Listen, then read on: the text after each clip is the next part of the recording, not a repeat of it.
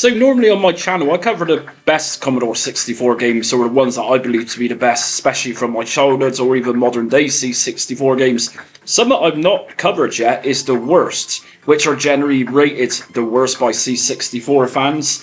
This particular series is going to be interesting for me because some of these I've not played, so you're almost watching a reaction. I've never played this, but I know of it, and I obviously know the arcades game. It's one of the most popular arcades games of the early 90s, late 80s. So over time I've read bits and pieces, I've seen videos of Final Fight on C64, and I thought to myself, let's actually play this and see what it's like. So obviously, like the arcade version, you've got Guy, Cody and Hagar. So I'm going to just use my normal go-to, which is Guy. It's either that or I go for Hagar. It's either one or the other. Okay. So, obviously the first thing which is very noticeable is the size of the sprites. Something which gave Final Fight the name it's got, the legend it's got, is the size of the characters in the actual arcade game. This is pretty pitiful. So Guy obviously wears a orange gi, would be a gi, like an orange outfit. This looks like a red outfit. There's no music. And what I'm doing to... I'm not sure how I'm jumping around actually, it just seems to random. Okay, so if I press action and press up, I can do like a kick upwards, like a flying kick almost. Let's see. And now if I press action button, randomly he punches once I press action button. But just a minute ago, he jumped whilst I was just pressing action, so there's obviously some sort of bug in this game. I'm not sure. So, I understand it's a C64 and understand hardware limitations, but this is very boring. Okay, so we've got the radioactive symbol on the back of this Bad is back. But yeah, if I was a kid and I had this game, and I just came back from the arcade with those bright, colourful sprites, the colourful background, everything, I'd be a little bit like, what is this? So it's just a clear attempt to make some money out of something very popular at the time. And, you know, that's nothing new really for those sort of times. You know, Commodore 64 obviously couldn't power a game such as Final Fight, but it was attempted and it failed from what I'm playing just here. So obviously the door just opens with a baddie coming out of it. In the arcade original, or even in the Super Nintendo version, or Super Famicom if you're in America, someone just strolls at the door. There isn't a door opening, or I don't recall there being. But yeah, it kind of looks like the person's walking out, so from shadow into the light, and yeah. So it seems you've got a two-player option in this game, as we've seen just now, but I'm not sure if that's simultaneous.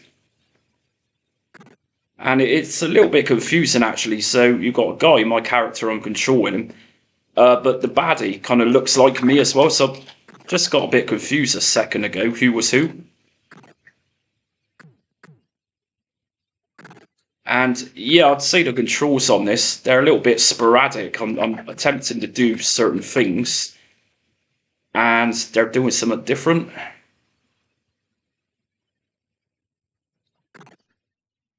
So of course on the C64, there's a lot of stinkers. And that goes with any system. You know, you've got Cyberpunk in the last, 3 years ago that one came out. Personally, I liked it. I thought it was really good, and I had no problems with that one. When it launched, actually, when I had it on PC at the time. But I know it had a lot of bad criticism around it. Something like this. No, normally I like bad games, but this is bad. I'm talking bad, like I'm a personal fan of the Panasonic 3DO. You know, that's one of my favourite, if not my favourite, retro games console. But yeah, there's bad, and then there's just boring.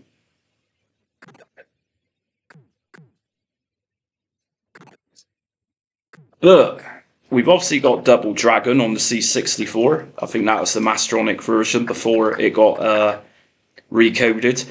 But, you know, obviously, Double Dragon, I'd say that was a lot worse than this one. So it wins that with me at least. Okay, so we got the knife throwing bloke here. It's normally he's got flames on his knives, or he's got flames on him somewhere. Okay, so he does that flip jump like he does in the arcade original. Oh, can I pick up this weapon? Yeah. Not sure how I can throw this weapon. You know, weirdly enough, if you take a look at the screen at the top, you've got your details on there. So I've got Guy, my life. We got life 2. I've got 2 lives. But it seems to be cut off underneath. So I'm guessing underneath that's how much energy the opponents have got. Oh, done a roundhouse kick. That's a bit of a fluke. Didn't even know I could do that. But I mean, look, this is how ridiculous this is. At this point, if I was playing the arcade original, I'd likely be on the next part of the game, if not the third part of this stage. And it's taking so long to kill these enemies. It's painfully slow.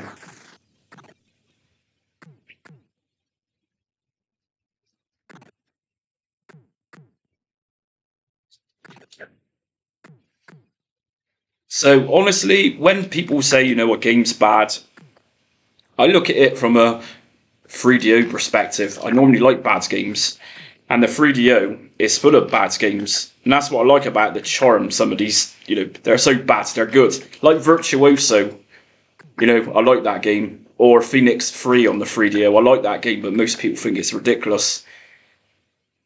But yeah, there's no denying this is bad, bad, bad.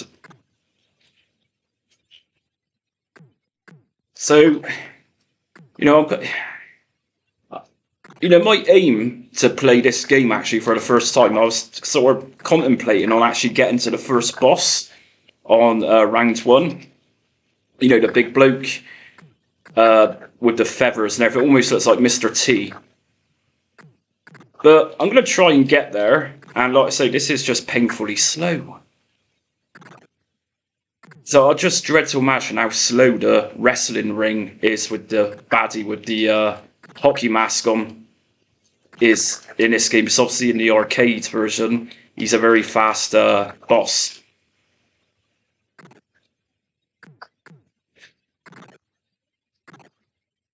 You know what? Some of the C64 community should consider doing is maybe remaking this game. Someone should look into it. Okay, you've got this bloke. Now, the purple one just here is meant to be the bloke with the leopard skin vest on, but obviously this one's purple. I'm pretty sure in the original arcades game, yeah, he's red with leopard skin type stuff on.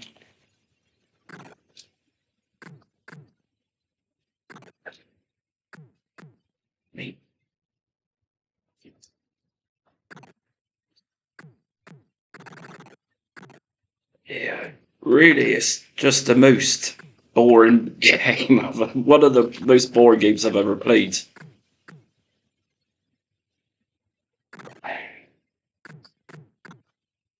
That's interesting. That's weird. There's a glitch, I think. Just a minute ago, I was saying you couldn't see the enemy's life. Now, all of a sudden, I just looked up, and there it is. It's displayed. Magic.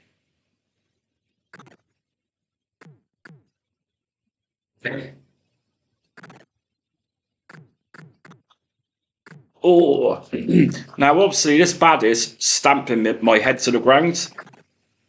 I'm pretty sure in the arcade version, when he does that, the screen slightly rumbles, or at least you know it happens because you're going to hear a bang as well. In this, it's just...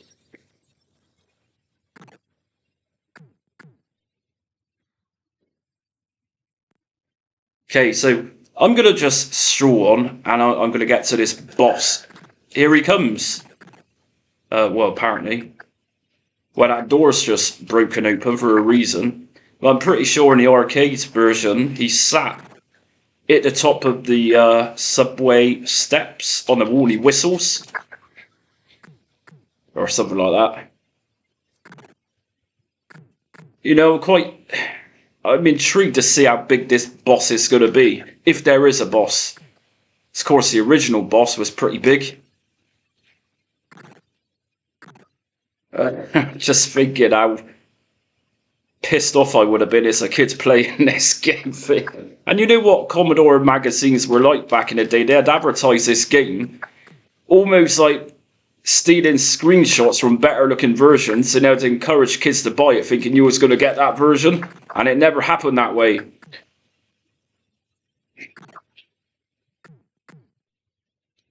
Come on, I just want to kill the boss. Where is the boss?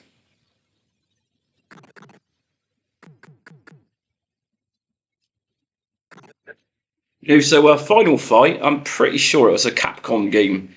And whoever got the licensing from Capcom to produce this mess, it must have made Capcom feel a big proud name like that.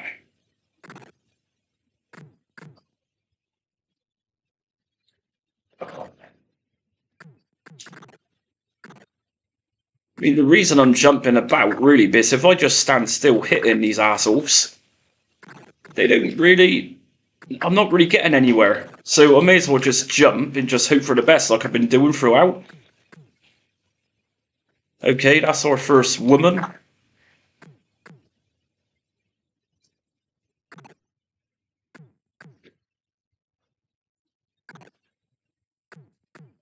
Oh, come on, just die, just die. Okay, I press fire and I'll just use the credit. I've just put 10 pence into the machine to make this happen.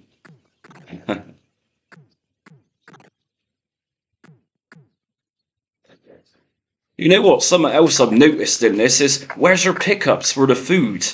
Like burgers and stuff you pick up for energy. There isn't any in this version. I've just noticed that. All I seem to be able to pick up is these little green things, I presume is knives or something.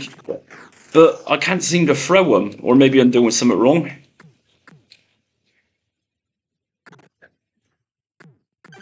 It really is more like a chore playing this game. It's no fun whatsoever.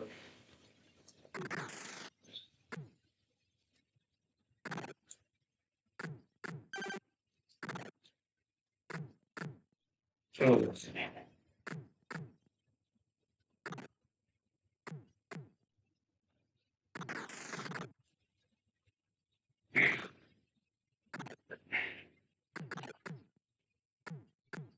How do I throw this? I don't, I'm trying everything to pick up what I presume is a knife. But nothing's happening.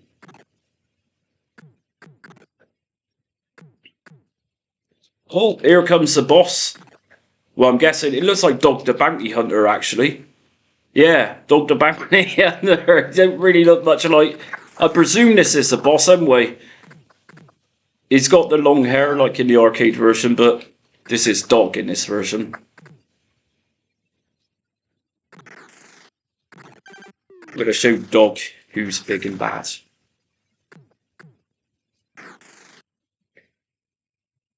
So yeah, there's extreme slowdown on this because there's 3 sprites moving at the same time on screen, so bless it.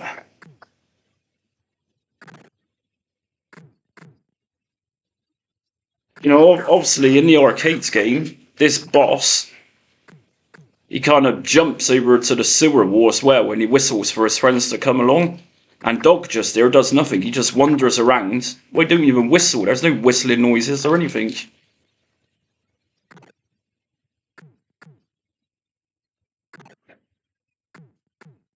I'm the dog, the big bad dog, the bounty hunter.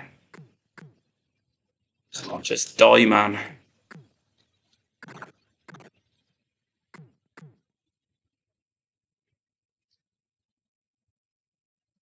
Jesus.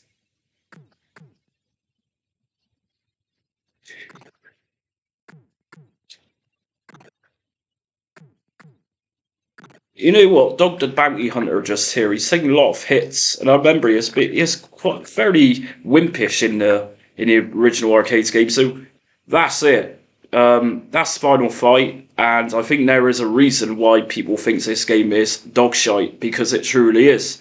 So until my next Bad C64 Games video, stay retro and don't play this game. Are you keeping up with the Commodore? 'Cause the Commodore is keeping up.